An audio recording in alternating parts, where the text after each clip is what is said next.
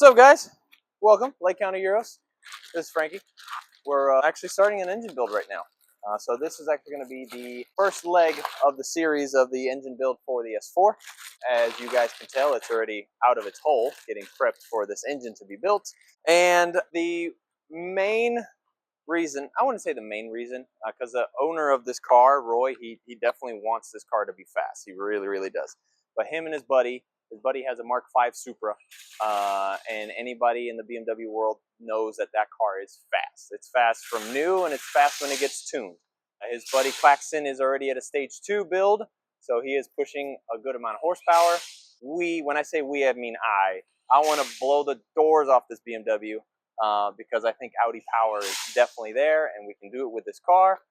If Roy is as good of a driver than he is, then I think we got this thing in the bag. So the reason we are here today is because, unfortunately, these 3-liter turbocharged engines do have an issue with the lifters. They have an issue with the fuel pumps. So long story short, this customer did have a weird noise coming from his engine bay on his passenger side. We actually found that it was a fuel pump. So we upgraded his fuel pump. Everything was fine. And then probably a couple weeks later, he started having another issue coming from the valve train again.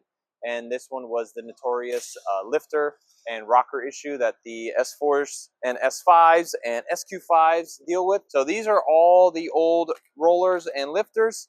And you can tell this one is a okay lifter with a good roller right here. So it still rolls.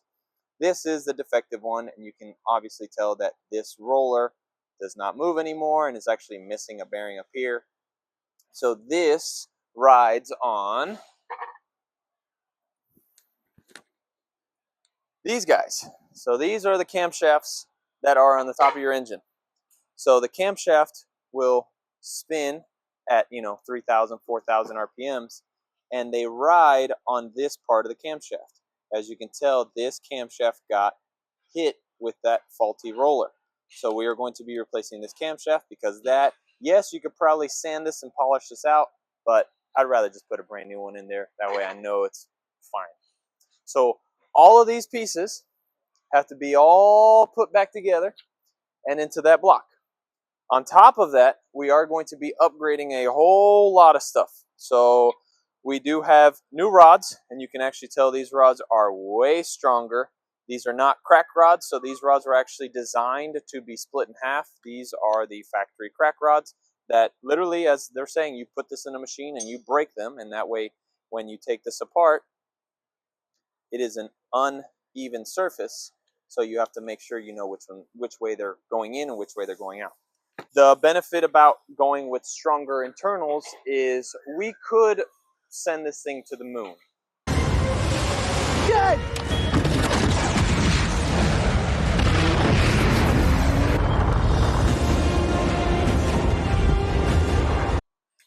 We are shooting for roughly 800 to 900 horsepower out of this motor, and the big issue that this motor has is that all the lightweight aluminum components, they tend to fail because there's just too much boost, too much pressure, and these things are spinning at 8,000 RPMs. Most components in the engine, normal production engines can't take that much abuse.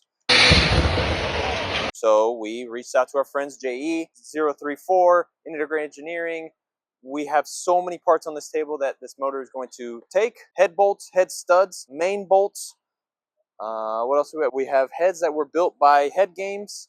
These are upgraded springs, upgraded valves, upgraded keepers. So that way when you are spinning this thing at high RPMs, these valves won't float and hit these brand new pistons.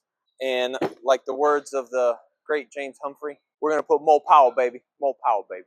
And more power, baby. More power, baby. But this is essentially where we're at with the engine. We do have to measure the crank, the bearings. We have to kind of crush them and make sure that they are the proper size for what we need. Make sure they are spec'd out the right way. We have to clean up the cylinder walls. I do have a question for you guys, and I need your input. I always paint all of the engine blocks that we build. I don't know what color to paint this one.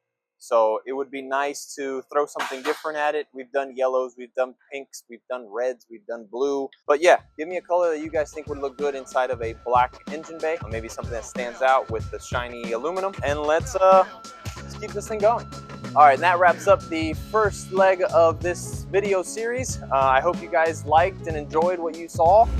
If you did like it, please give us a comment, a thumbs up, a like, a subscribe.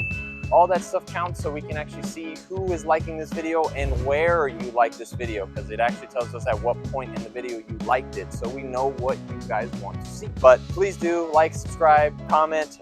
If there's any magical unicorns that you guys know with these engines, please let me know, because I don't know everything. So if you guys have any comments, let me know. Again, I need to know what color of this engine we are painting, so that would be helpful. Thanks, guys.